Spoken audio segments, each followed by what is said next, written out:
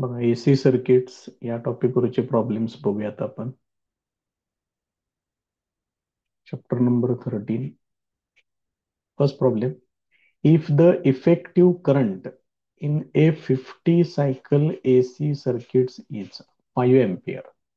Effective current म्हणजेच R M S current, लक्षात ठेवा. What is the peak value, तर त्याची पीक व्हॅल्यू म्हणजे मॅक्सिमम व्हॅल्यू काय असेल असं त्यांनी विचारले. आणि what is the current in 1/600 second after it was 0. तर एवढ्या टाइम नंतर तो करंट किती असेल हे पण त्यांनी विचारलेलं आहे. Given data.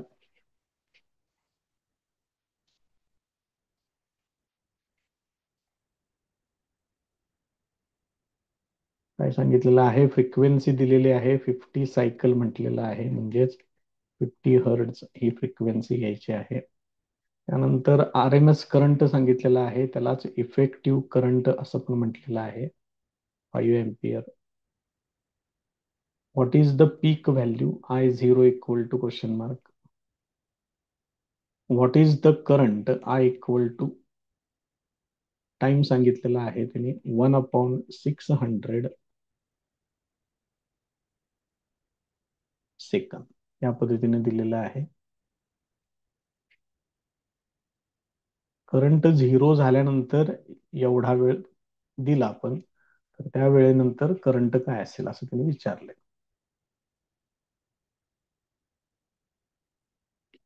पुढचा section, formula and calculations. Basic formula असा आहे, I R M S equal to I zero upon root 2 येणार. मग याच्यावरून I zero equal to peak value, maximum value, I R M S into root 2. Therefore I zero equal to I R M S 5 ampere आहे. Root 2 ची value आहे 1.414. मग 14×5 = 70. मग हे येणार 7.070 एम्पियर. एवढा करंट त्या ठिकाणी येईल. ही त्याची पहिली व्हॅल्यू तुम्हाला मिळेल. अजून एक व्हॅल्यू त्यांनी विचारलेली आहे, त्याच्यासाठी आपल्याला बेसिक इक्वेशन घ्यावं लागेल. I equal to I zero sine omega T. त्याच्यातलं ओमेगा म्हणजेच 2πf असं घ्यावं लागेल इंटू टी. आता याच्यामध्ये सगळ्या व्हॅल्यूज दिलेल्या आहेत, आपण एक व्हॅल्यू फाइंड आउट केलेली आहे, 7.070 इंटू साइन 2π. फ्रिक्वेन्सी सांगितलेली आहे 50. त्यानंतर स्मॉल टी ची व्हॅल्यू आहे 1/600. तर हे सिम्प्लिफाय करूया याला, बघूया त्याचं काय काय येतंय काय नाही ते. इथं 2 आणि 50 म्हणजे हे टोटल होणार 100. तर 100 मधले हे 2 झिरो, हे 2 झिरो कॅन्सल होईल, म्हणजे इथे येणार π/6 येणार. 7.070 इंटू साइन π/6. साइन π/6 म्हणजेच 1/2 येणार. 7.070 इंटू 1/2. मग हे 35 होणार. 3.5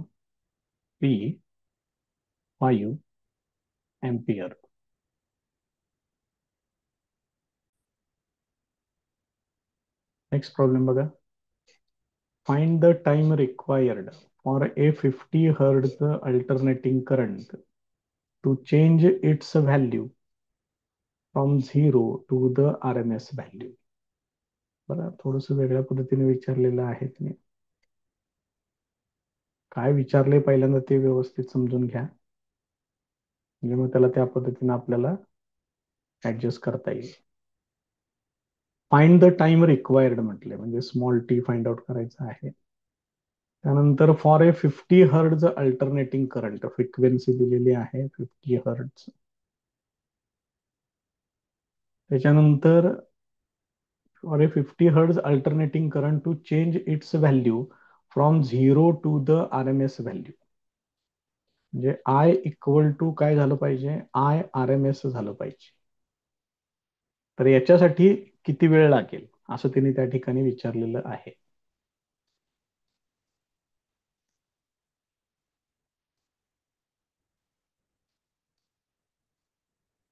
पुढचं section formula and calculations.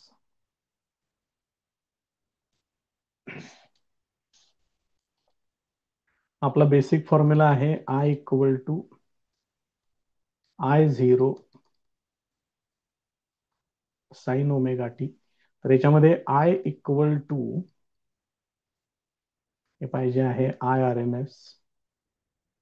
I zero आहे असंच ठेवतोय into sine omega T.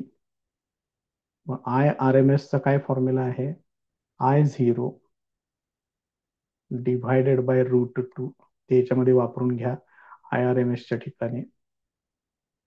I zero upon √2 this is equal to I zero sine omega T. याच्यातलं आय झिरोला आय झिरो कॅन्सल होईल, म्हणजेच therefore sine omega T equal to 1/√2 येणार. म्हणजेच omega T equal to येणार π/4. ओमेगाचा फॉर्म्युला आहे 2πf into T. This is equal to π/4. हे पायला पाय कॅन्सल होईल. therefore सॉरी एफ घेऊया त्या ठिकाणी, एक मिनिट. मग 2 × एफ म्हणजे फ्रिक्वेन्सी, ती सांगितलेली आहे 50 हर्ट्ज. बघा एफ ची व्हॅल्यू 50 आहे का, हा 50 hertz into T. This is equal to 1/4. हे किती होणार, हे होणार 100 T. This is equal to 1/4. therefore T equal to हे 1/4 म्हणजेच किती होणार 0.25 डिव्हायडेड बाय 100 म्हणजे 10चा स्क्वेअर येणार. म्हणजे small T equal to 0.25 into 10⁻⁻2 हे असं येईल. आता ह्याला आपण आहे असं सुद्धा ठेवू शकताय किंवा मिली सेकंद मध्ये सुद्धा त्याला कन्व्हर्ट करून घेऊ शकताय. मग मिली सेकंद मध्ये कसं येईल, 10⁻³ करावं लागेल ऍडजस्ट. 2.5 इंटू 10⁻³ सेकंद असं घेऊ शकताय, किंवा 2.5 मिली सेकंद असं पण घेऊ शकताय. Next problem. An AC circuit consists of only an inductance of 2 Henry. L ची व्हॅल्यू दिली. If the current is represented by a sine wave of amplitude, he maximum value आहे करंटची 0.25 एम्पियर. फ्रिक्वेन्सी सांगितले 60 hertz. Calculate the effective potential across the inductor. ज्या अर्थी effective विचारलेलं आहे, म्हणजेच ते आर एम एस पोटेन्शियल तुम्हाला फाइंड आउट करायचं आहे. Given data.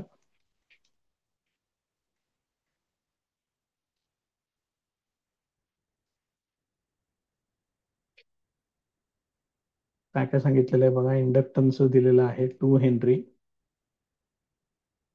त्याच्यानंतर करंटची मॅक्सिमम व्हॅल्यू दिलेली आहे, म्हणजेच आय झिरो दिलेला आहे 0.25 एम्पियर.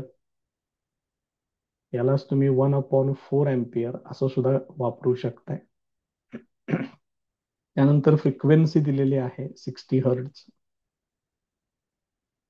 आणि इफेक्टिव्ह पोटेन्शियल विचारलेलं आहे, म्हणजेच ई आर एम एस विचारलेलं आहे. पुढचा section formula and calculations.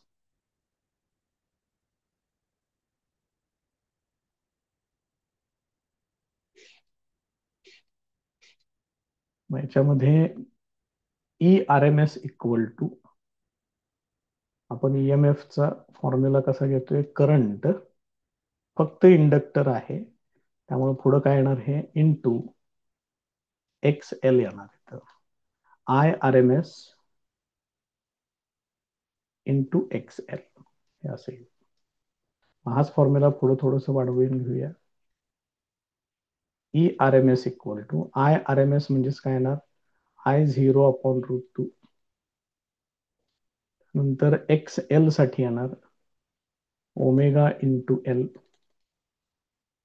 Therefore ERMS equal to I0 upon √2 into omega L म्हणजेच काय होणार, 2πf इंटू L. आता ह्या सगळ्या व्हॅल्यूज आपल्याला त्यांनी दिलेल्या आहेत, त्या व्हॅल्यूज त्याच्यामध्ये वापरूया आणि मग बघू पुढे सिम्प्लिफिकेशन कसं कसं काय काय होतंय ते.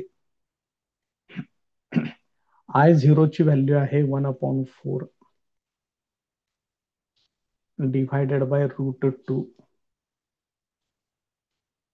त्यानंतर इथं आहे 2π, फ्रिक्वेन्सी आहे 60 हर्ट्ज, इंडक्टर आहे 2 हेनरीचा. आता हे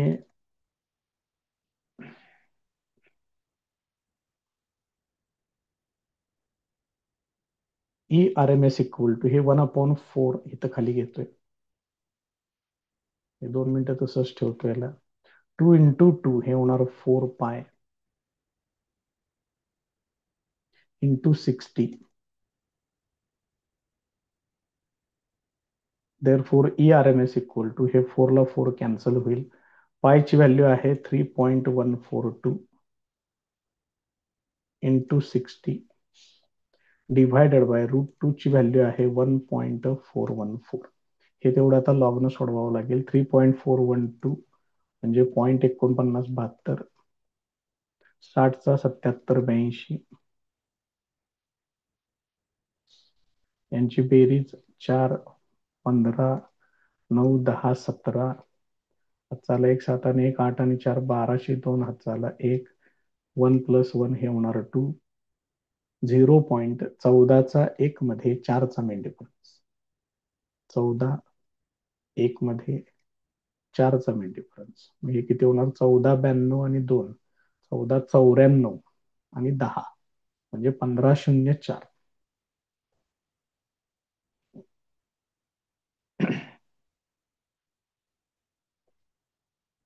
1504 यांची वजाबाकी, तर 0 5 2 1 2. आता एंटीलॉग बघावं लागेल त्याचं. 0.12 चा 5 मध्ये,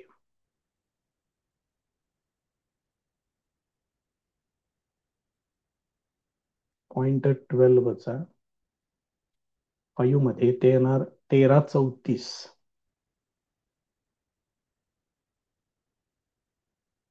म्हणजेच काय होणार आहे 1.334 इंटू 10⁻², हे असेल. म्हणजे याचं सिम्प्लिफिकेशन 10⁻² जर याच्यामध्ये मी वापरलं, therefore ERMS इक्वल टू 10⁻² ने याला मल्टिप्लाय केलं, हे एवढं व्होल्टेज त्या ठिकाणी येणार, 133.4 व्होल्ट.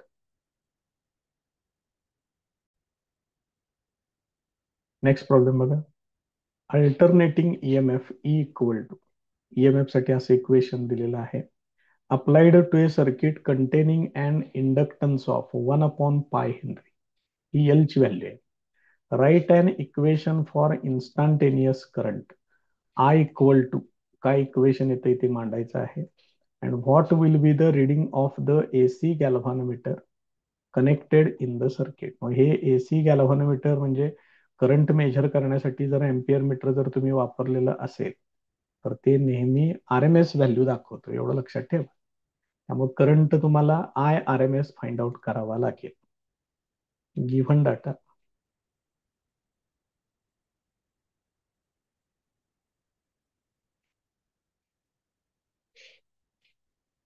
याच्यामध्ये पहिलं इक्वेशन दिलेलं आहे ई इक्वल टू,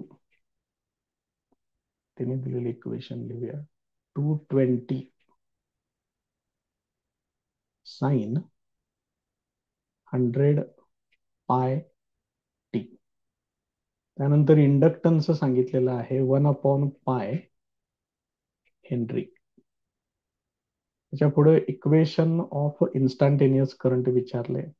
त्यानंतर what will be the reading of galvanometer, म्हणजे तिथं तुम्हाला IRMS ही व्हॅल्यू मिळेल.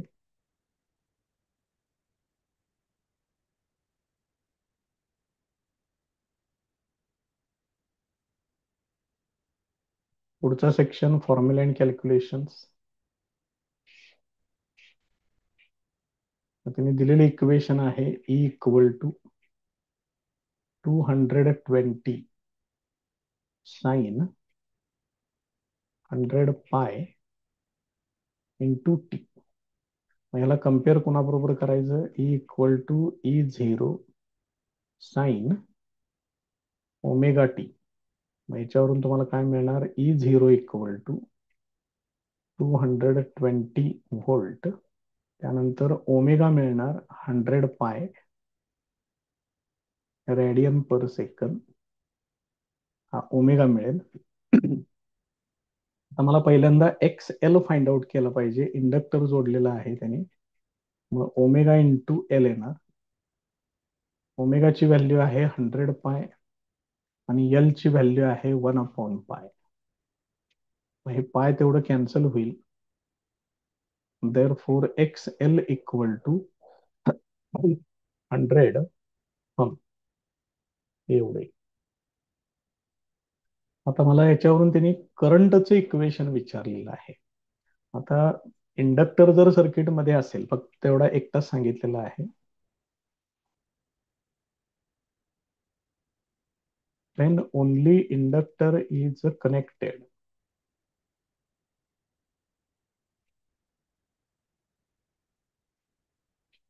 in the circuit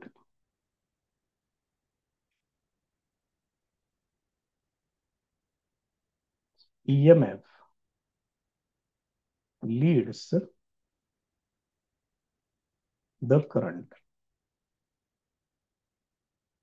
म्हणजे करंट लॅगिंग मध्ये असतो, that is current lags the EMF by π/2. मग EMF इक्वेशन माझं तयार आहे इथं. मग याच्यावरून मला आता करंटचं इक्वेशन लिहिलं पाहिजे. therefore I equal to I0 sine omega T minus π/2 हे असं घ्यावं लागेल. आता I0 साठी मला परत E0/XL हे वापरावं लागेल. बघा, E0 EMF म्हणजेच I0 इंटू XL आहे.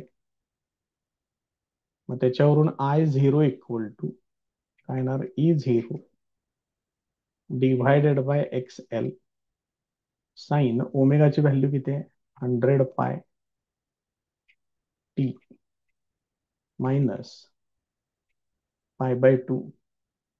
आता हे E0 220 आहे आणि XL 100 आहे.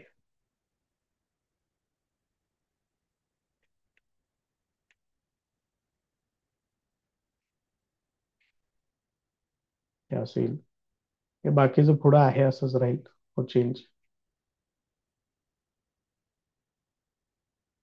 हे असेल. मग याच्यामध्ये एक शून्य कॅन्सल होईल आणि ह्याचं होणार 2.2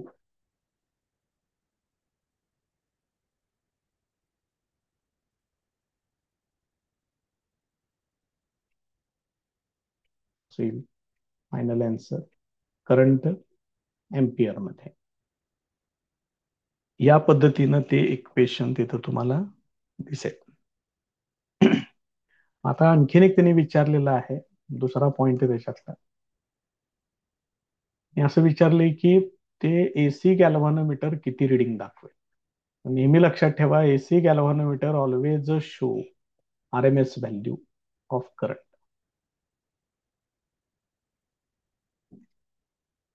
Now AC galvanometer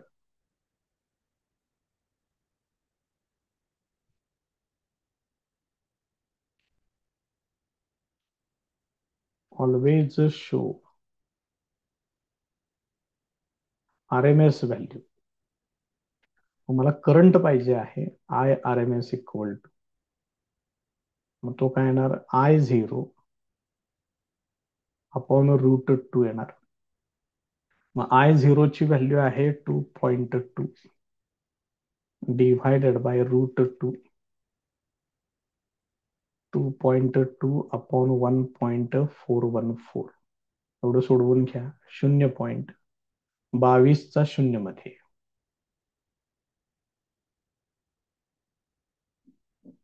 तर तिथे येणार 3424.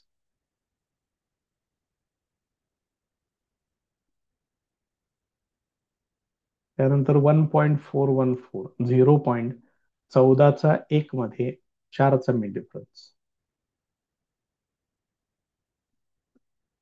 मग 1492 आणि 2, 1494 आणि 10, 1504, 1504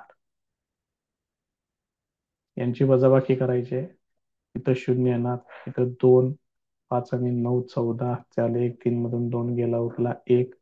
0.19चा 2 मध्ये, 0.19 त्याचा 2 मध्ये, 0.19चा 2 मध्ये तो येणार 1556. Therefore, IRMS equal to 1.556 ampere एवढा करंट RMS व्हॅल्यू मधला येईल आणि गॅल्व्हॅनोमीटर विल शो दिस रिडिंग. गॅल्व्हॅनोमीटर हे रिडिंग दाखवेल. नेक्स्ट प्रॉब्लेम बघा. A 20 microfarad capacitor is connected in series with a 25 ohm resistor and a source of alternating EMF. Peak value दिले 240 volt, 50 hertz frequency सांगितले. Calculate the capacitive reactance, circuit impedance and maximum current in the circuit. काय काय दिले पहिल्यांदा सगळं मांडून घेऊया.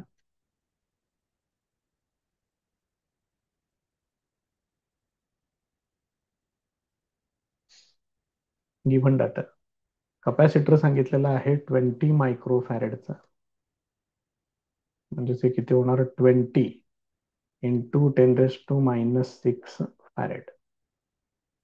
त्याच्यानंतर रेझिस्टन्स सांगितलेला आहे 25 ओहम रेझिस्टन्स. पीक ईएमएफ दिलेला आहे 240 व्होल्ट. फ्रिक्वेन्सी सांगितलेली आहे 50 hertz. Calculate the capacitive reactance XC equal to question mark, circuit impedance Z equal to question mark आणि maximum current in the circuit I0 equal to question mark. Next section.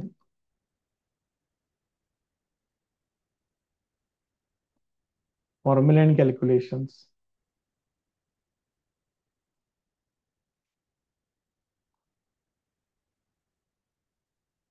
तर याच्यामध्ये बघा, पहिल्यांदा आपल्याला XC find out करून घेऊया. XC equal to basic formula 1/ω/C आणि omega म्हणजेच 2πf. Therefore, XC equal to 1/2 into 3.142 into F किती आहे 50. त्यानंतर कॅपॅसिटर किती आहे 20 इंटू 10⁻⁻6. हे टोटल किती होणार बघा पहिल्यांदा. याच्यामध्ये 50 गुणिले 2 हे 100 होणार. ते 100 आणि 10⁻⁻6 म्हणजे ते 10⁻⁻4 होणार बघा. हे 3.142 इंटू या दोघांचं 100 आणि हे 10⁻⁻6 म्हणजे -4 20 इंटू 10⁻⁻⁴. याला अजून थोडंसं ऍडजस्ट करून घेतो. Therefore X C equal to, बघा काय करतोय, याच्यातल्या 10 याला मल्टिप्लाय करून घेतोय म्हणजे 10⁻³ होणार, आणि 2 ने याला मल्टिप्लाय करून घ्या, ते किती होईल बघा, 6.284 असं येईल. मग याचा फक्त रेसिप्रोकल तेवढा बघून घ्या आणि हे 10⁻³ वरती पाठवूया. मग 6.2चा 8 मध्ये 4चा मेन डिफरन्स रेसिप्रोकल पाहिजे.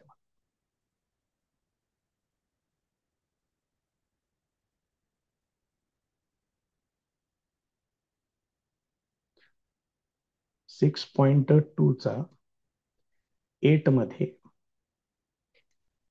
4चा मेन डिफरन्स, मग 4चा मेन डिफरन्स जो आहे तो त्याच्यातून सबट्रॅक्ट करायचा आहे. मग बघा किती होणार, 1591 होणार.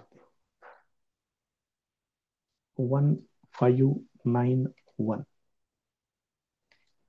X C equal to 0.1591 into 10⁻³ हे असेल.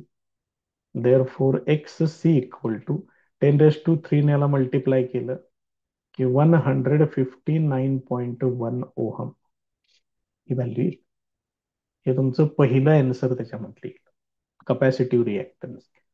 आता दुसरी व्हॅल्यू त्यांनी विचारलेली आहे इम्पिडन्स. इम्पिडन्स म्हणजे Z. Impedance equal to Z equal to square root of X C square plus R square. Therefore Z equal to square root of X C ची value आहे 159.1 ब्रॅकेटचा स्क्वेअर प्लस रेझिस्टन्स किती सांगितलंय बघा, याच्यात resistance सांगितलंय 25 ohm. 25चा square तो इथं घ्यावा लागेल. आता सगळ्यात पहिल्यांदा याचा स्क्वेअर तयार करूया. याचा लॉग बघा किती होणार, 3 डिजिट आहेत म्हणजे 2.15चा 9 मध्ये 1चा मेन डिफरन्स.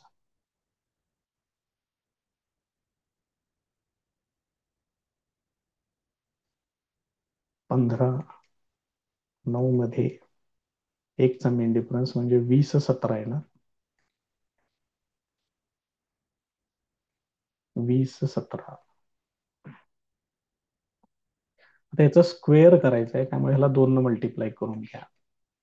ते येणार 34,000 हे 4.4 4.4034 असेल. आता याचा अँटीलॉग बघा, 0.40चा 3 मध्ये 4चा मेन डिफरन्स, 0.43 4चा मेन डिफरन्स, 0.40चा 3 मध्ये 4चा मेन डिफरन्स, मग 2531 येणार. 2531 म्हणजे असं येणार 2.531 इंटू 10⁻⁴ हे असं येणार. म्हणजे हे किती येणार, 25310. Therefore Z equal to square root of 25310 plus 25चा वर्ग येणार 625. त्याच्यामध्ये ऍड करून घ्या. त्याच्यामध्ये ऍड केले घेतले शेवटचे 3 डिजिट तेवढे फक्त बदलतील म्हणजे 25 तसंच राहील. 5 3 आणि 9, 9 3 आणि 5 हे असेल. आता याचं मला परत स्क्वेअर रूट बघितलं पाहिजे. स्क्वेअर रूट जर बघायचं असेल तर आता ह्याला कसं मांडावं लागेल बघा. पहिल्यांदा झेड इक्वल टू, याला मी असं मांडून घेतोय 25935 इंटू 10⁻⁴ हे असं करून घ्यावं लागेल. मग 10⁻⁴ त्याचं 10⁻² होईल. याचं स्क्वेअर रूट बघावं लागेल. 2.5चा 9 मध्ये 3चा मेन डिफरन्स 4चा बघितला तरी चालेल. स्क्वेअर रूट काय परत एकदा बघून घ्या. 2.5चा 9 मध्ये 3चा मेन डिफरन्स. 2.5 9 मध्ये 3चा मेन डिफरन्स. 4चा बघितलं तरी 1च आहे. 1.610. 1.610.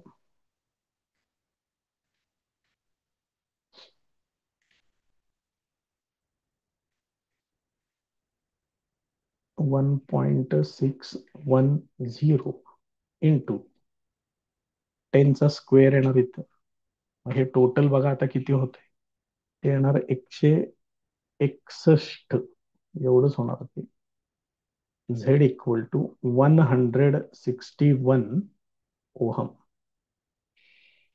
एक व्हॅल्यू तुम्हाला मिळेल. बघा काय काय फाइंड आउट करताय, कसं कसं करताय. कॅल्क्युलेशन बरंचसं करावं लागणार याच्यात. आणि परत पुढे काय विचारले, I0 विचारले.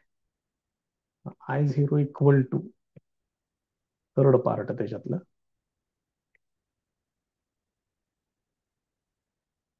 I0 equal to E0 upon Z. मग E0 ची व्हॅल्यू किती आहे बघा बरं, ती दिलेली आहे त्यांनी. E0 आहे 240 आणि झेड ची व्हॅल्यू तयार आहे इथं. E0 आहे 240 डिव्हायडेड बाय 161. तर हे परत लॉगनं सोडवावं लागेल. 2.24चा किती आहे बघा बरं, 3802 वगैरे असं काहीतरी असल्यासारखं वाटते. बरोबर आहे, 24चा 3802.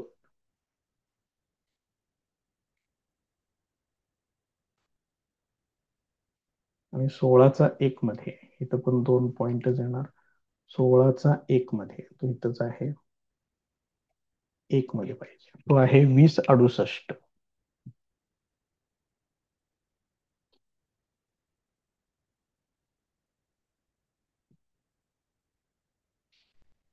याची वजाबाकी करायची आहे. 8 आणि 4 12, चालेल 1 7 आणि 3 10.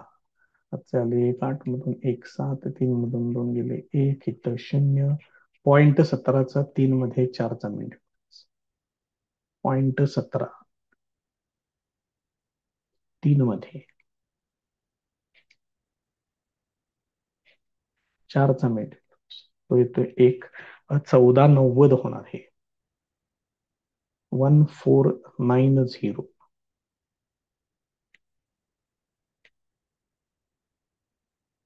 1.490 एवढा करंट त्या ठिकाणी एम्पियर मध्ये.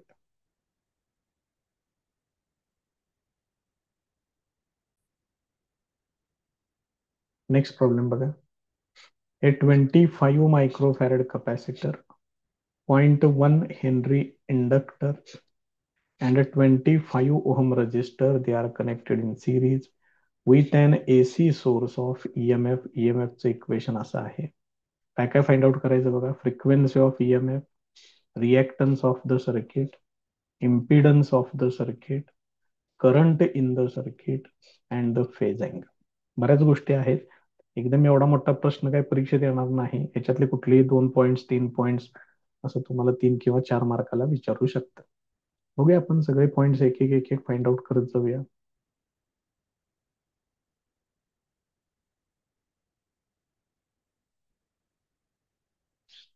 Given data. कपॅसिटर सांगितलेला आहे 25 मायक्रोफॅरेड आहे, म्हणजेच 25 इंटू 10⁻⁻6 फॅरेड. त्यानंतर इंडक्टर सांगितलेला आहे, तो सांगितलाय 0.1 हेनरी. 0.10 लिहिलं तरी पण चालते. रेझिस्टन्स सांगितलेला आहे 25 ओहम. त्यानंतर EMF चं इक्वेशन दिलेलं आहे, E equal to 310 sign 314t असं दिलेलं आहे. त्यांनी विचारलेलं आहे काय काय बघा. फ्रिक्वेन्सी विचारले, रिएक्टन्स विचारलेला आहे. असा शब्दातच मांडूया त्याला आता आपण. रिएक्टन्स त्याच्यानंतर विचारलेलं आहे इम्पिडन्स झेड इक्वल टू, त्यानंतर करंट. करंट कुठला ते काय त्यांनी सांगितलेलं नाहीये, आपण दोन्ही करंट फाइंड आउट करूया. I0, IRMS, शिवाय फेज अँगल विचारलाय म्हणजे फाय, तो पण फाइंड आउट करूया. फॉर्म्युला अँड कॅल्क्युलेशन एक एक स्टार्ट करूया.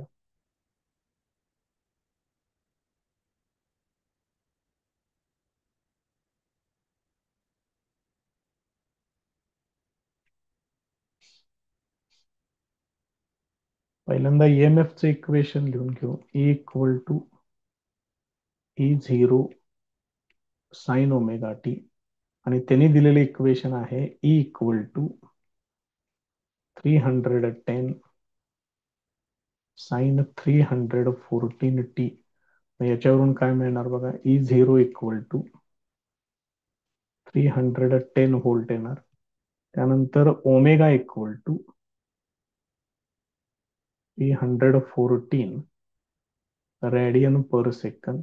मग ओमेगा म्हणजेच 2πf, that is equal to 314. मग फ्रिक्वेन्सी विचारलेली आहे इथं. याच्यामध्ये व्हॅल्यूज वापरूया आणि बघूया काय काय होते त्याचं. मग 2 × 3.14च घेतोय मी पायची व्हॅल्यू, इंटू एफ इक्वल टू इथं 3.14 × 100 घेतोय इथं. म्हणजे हे 3.14 ला 3.14 कॅन्सल होईल. एफ इक्वल टू 2 इकडे डिव्हाइड करा, म्हणजे एफ इक्वल टू 50 हर्ट्ज. तुम्हाला पहिली व्हॅल्यू त्या ठिकाणी मिळेल. आता त्यांनी विचारलंय टोटल रिॲक्टन्स किती असेल. टोटल रिॲक्टन्स काढण्यासाठी आपल्याला दोन्ही प्रकारचे रिॲक्टन्सेस कन्सिडर करावे लागतील. पहिल्यांदा आपण घेऊया capacitive reactance. X C equal to 1/ओमेगा सी, म्हणजेच 1/2π, किंवा ओमेगा डायरेक्ट वापरलं तरी चालेल त्याच्यात. बघा तुम्हाला कुठलं बरं वाटतंय ते. परत त्या व्हॅल्यूज घेण्यापेक्षा ओमेगा डायरेक्ट तयारच आहे माझ्याकडे, 314, तो इथं घेऊ.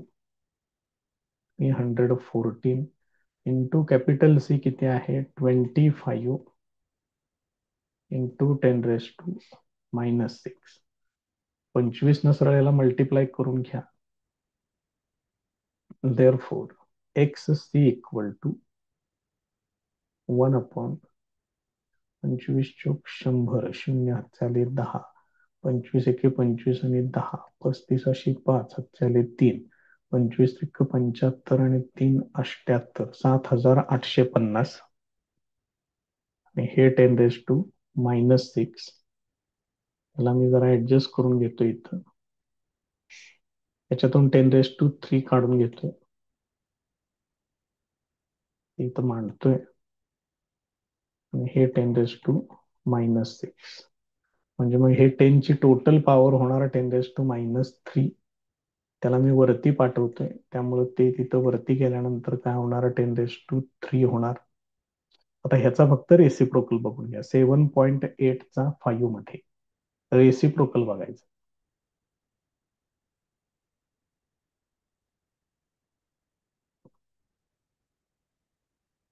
7.8 त्याचा 5 मध्ये तो येणार 1274.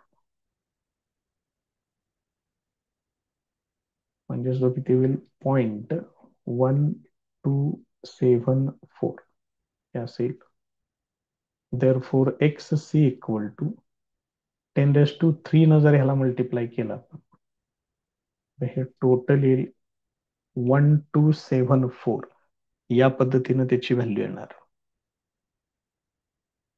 मग 10च्या पॉवर मध्ये हे पॉइंट आहे, हे किती आहे, 10⁻³ थांबा थांबा थांबा, डेसिमल पॉइंट एक घर जास्त पुढे आला, 3च घरं उजवीकडे जायला पाहिजे, एवढं. ही एक्स सी ची व्हॅल्यू. आता मला पाहिजे X L, inductive reactance. X L equal to omega into L. Omega आहे 314, एल ची व्हॅल्यू, एल कुठं आहे बघा, एल आहे 0.1.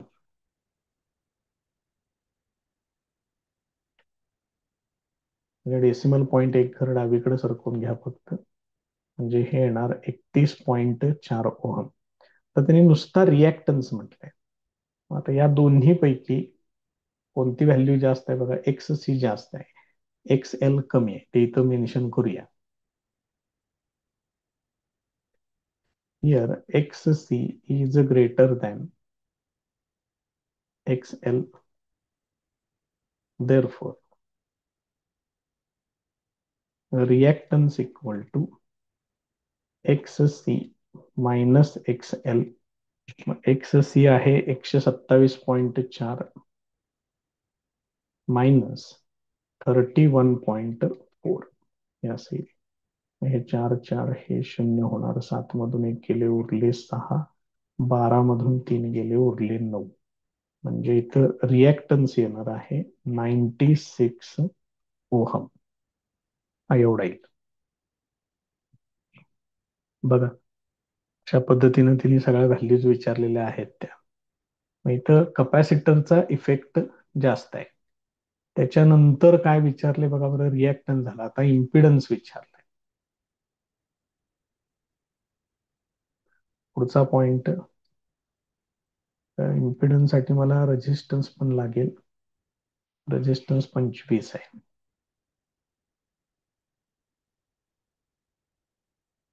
थर्ड पॉइंट,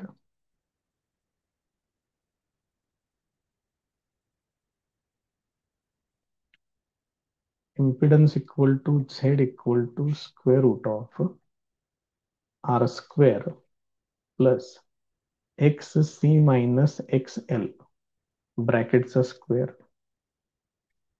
मग आर चा स्क्वेअर म्हणजे येणार 25 चा स्क्वेअर येणार, प्लस इथे येणार 96 चा स्क्वेअर. आता हा 96 चा स्क्वेअर तेवढा वेगळा सोडवावा लागेल. 96 चा 0 मध्ये लॉग बघायचा आणि दुप्पट करायची त्याची. 96 त्याचा 0 मध्ये 9823, 9823 चा स्क्वेअर, त्यामुळे त्याची दुप्पट. 2 त्रिक 6, 2 दूने 4, 2 8 16 झाले 1, 2 9 18 19 7चा परत 1, 2 1 2 आणि हे 3 येणार. आता याचा अँटीलॉग 0.96 चा 4 मध्ये 6चा मेन डिफरन्स, 0.96 4 मध्ये 6चा मेन डिफरन्स. हे किती येते, 92 0 4 आणि 13, 92 17. ते येणार 92 17 म्हणजे 9.217 इंटू 10⁻³ म्हणजे मग हे टोटल किती होणार आहे बघा. इथं 25 चा वर्ग येणार 625, अधिक ह्याला 10⁻³ न मल्टिप्लाय केलं की ह्याचं होणार 9217 होणार हे. आता या दोघांची बेरीज करूया, म्हणजे मग काय व्हॅल्यू येते त्याचं परत स्क्वेअर रूट बघावं लागेल. 7 आणि 5 12, 2 हातचे आले की 1 2 आणि 2 4, त्यानंतर 6 आणि 2 8 हे असं येईल. याला जर मी 9 पॉईंट लिहिलं तर 10⁻³ येणार. मग ह्याला मी असं लिहितोय 98.42 इंटू 10⁻² असं लिहावं लागेल. आता परत स्क्वेअर रूट बघितलं पाहिजे. 98 चा 4 मध्ये 2 चा मेन डिफरन्स, स्क्वेअर रूट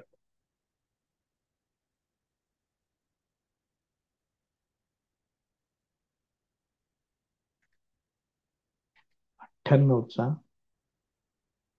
4 मध्ये 2 चा मेन डिफरन्स म्हणजे 9.921, 9.921 इंटू 10 ह्याचं स्क्वेअर रूट घेतलं म्हणजे इथं तुम्हाला झेड ची व्हॅल्यू मिळेल 99.21 ओहम. तुम्हाला अजून एक व्हॅल्यू त्या ठिकाणी मिळेल. आता त्याच्या पुढं बरंच काम आहे. तर काय काढायचं आहे, I0 आणि IRMS. मग I0 साठी E0 डिवायडेड बाय झेड लागणार. मग त्याच्यावरून आपण IRMS काढू शकतोय.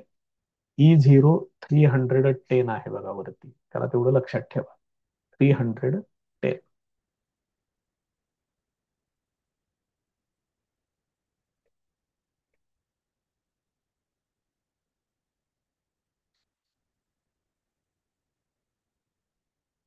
Now I0 equal to E0 upon Z. E0 ची व्हॅल्यू आहे 310. झेड ची व्हॅल्यू आहे 99.21. हे एवढं आता फक्त परत एकदा लॉगनं सोडवून घ्या. 31चा शून्य मध्ये 2 पॉईंट.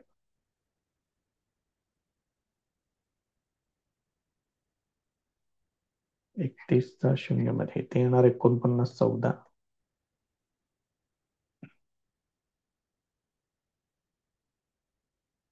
त्यानंतर 99चा 2 मध्ये 1चा मिड डिफरन्स म्हणजे 1 पॉईंट. 99चा 2 मध्ये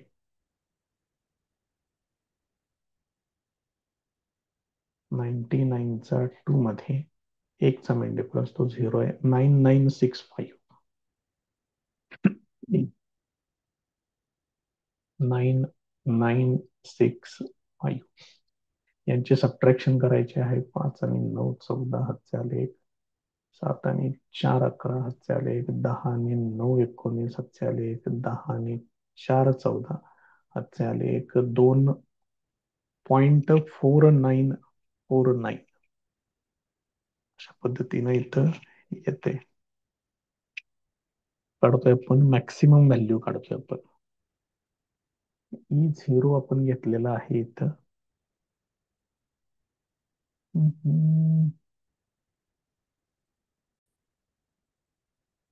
याचा अँटीलॉग बघूया काय आहे तो. 0.49चा 4 मध्ये 9चा मिड डिफरन्स. 0.49 4 मध्ये 9चा मिड डिफरन्स म्हणजे 3125. 3125 येणार. 3125. 3.125 एम्पियर हा मॅक्सिमम करंट येणार. इथलं 3 फक्त तेवढं व्यवस्थित काढून घेतोय. हे असेल. आता मला पाहिजे आहे IRMS. IRMS equal to I0 upon √2 येणार. I0 किती व्हॅल्यू आहे, 3.125. √2 ची व्हॅल्यू आहे 1.414. 3.125 चा लॉग इथं तयार आहे 0.49. हाच लॉग येणार त्याचा. 0.14चा 1 मध्ये 4चा मिड डिफरन्स. 14चा 1 मध्ये 4चा मिड डिफरन्स. 1492 आणि 2. 1494. 1504. 1504. यांची सबट्रॅक्शन करायची आहे. इथं 5 येणार, इथं 4, इथं 4, हे 3. 0.34चा 4 मध्ये 5चा मिड डिफरन्स. अँटीलॉग 0.34चा 4 मध्ये 5चा मिड डिफरन्स म्हणजे 2211 येणार. 2211 म्हणजे हे असं येणार. हा येणार RMS करंट. अजून एक व्हॅल्यू याच्यातली राहिलेली आहे. फेज अँगल विचारले बघा बरं, तेच राहिले का. ठीक आहे. मग मला R लागेल 25 ओहम आहे आणि झेड 1 लागेल. झेड तयार आहे इथं 99.21. मग फेज अँगल मला काढायचा आहे म्हणजे cos phi equal to R upon Z. मग R ची व्हॅल्यू आहे 25. झेड ची व्हॅल्यू आहे 99.21. हे मला घ्यावं लागेल आता याच्यात. आता परत एकदा याचा लॉग 25चा तो येणार आहे 39. 79 येणार. आणि 99चा 2 मध्ये 1 समेन डिफरन्स. 99 2 मध्ये 1 समेन डिफरन्स, तो काही नाहीच आहे. मग 99 65 येणार. 9965 ते पण 1 पॉइंट येणार. 9965 यांची सबट्रॅक्शन करूया. येणार 4 1 0 आणि 4 13 झालं. एक इथे येणार 12 .40चा 1 मध्ये 4चा मेन डिफरन्स. .40 1 मध्ये 4चा मेन डिफरन्स म्हणजे 25-20 येणार. 25-20 आणि बार 1 आहे, त्यामुळे ह्याचा आन्सर येणार .2520 येणार. हे असेल. आता मला याच्यावरून फायची व्हॅल्यू काढायची आहे. तर फाय काढायचं असेल तर याचा कॉस इनव्हर्स घ्यावा लागेल. .2520 हे आलं पाहिजे कॉस मध्ये. मग कॉस मध्ये जरा चेक करा. कॉस मध्ये ठीक आहे. काय पाहिजे मला? 25-20 पाहिजे.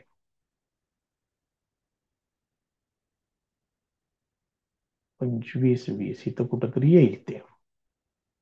25 कुठे दिसते का बघा पहिल्यांदा जवळपास त्याच्या. 25 23 24 इथं कुठं 25 21 आहे बघा इथं डायरेक्ट. मग हेच घेऊया सर. काय फार चेंजेस करायला नको त्याच्यात. 75 डिग्री हे कितव्या ओळीत आहे बघा, त्याच्यात काय येते. कुठे गेलं? इथं आहे. इथं वरती काय येते ते बघितलं पाहिजे आपल्याला. 24 मिनिटं येतात. म्हणजे 75 डिग्री आणि 24 मिनिट हे असेल. 75 डिग्री आणि 24 मिनिट.